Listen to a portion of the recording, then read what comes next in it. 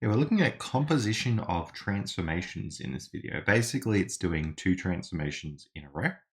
And if you want to do A, then B, you go A, then B in that order. Bit weird, but that's how it works. Okay, find the transformation for a 40 degree, then a 50 degree. So we've got to find each transformation. So I might just call this like R40 and then R50 for each one. So we've got to use this formula for rotations about the origin to figure out what those matrices are. First things first, we'll make sure we're in degrees because the question is in degrees. There we go.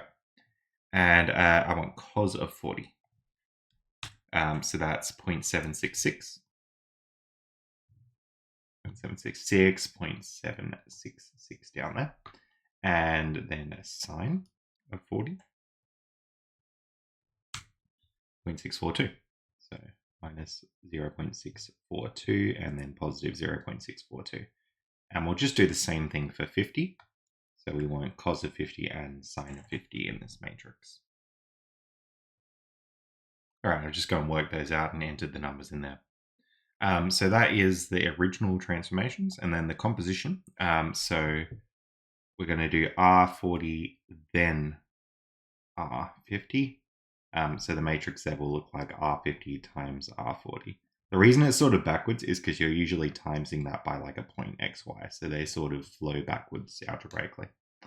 But we can work out what this matrix is. I'm not going to times these two matrices by hand. What we can do is pop them into the calculator and see what we get. So if we look at mat and vect option, we'll enter this as a 2 by 2. Rather than just using the rounded numbers there, I'm actually just going to type cos of 40 straight into the matrix. Minus sine of 40, sine of 40, and cos of 40. And then similarly, I can do the same for matrix B, which would be 50. Okay, so that's going to be cos of 50 minus sine of 50, sine of 50, and cos of 50. Okay, now that I've got A and B and there's their own matrices, I'm going to do, let's see, A was R40.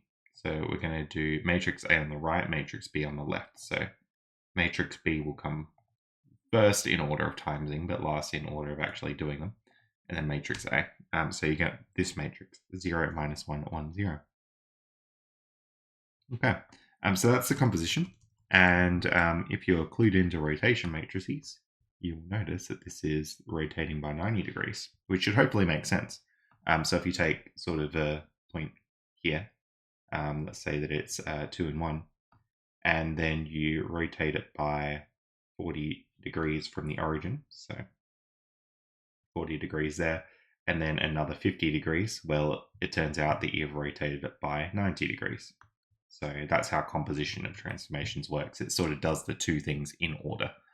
Now, really importantly, order does matter here. Just like when you're timesing any two matrices, the order matters which order you times them in. So with rotations, it doesn't too much because the rotations stack on top of each other. But if you're trying to do like a reflection then a rotation, you'll get a different answer to if you do the rotation first than the reflection.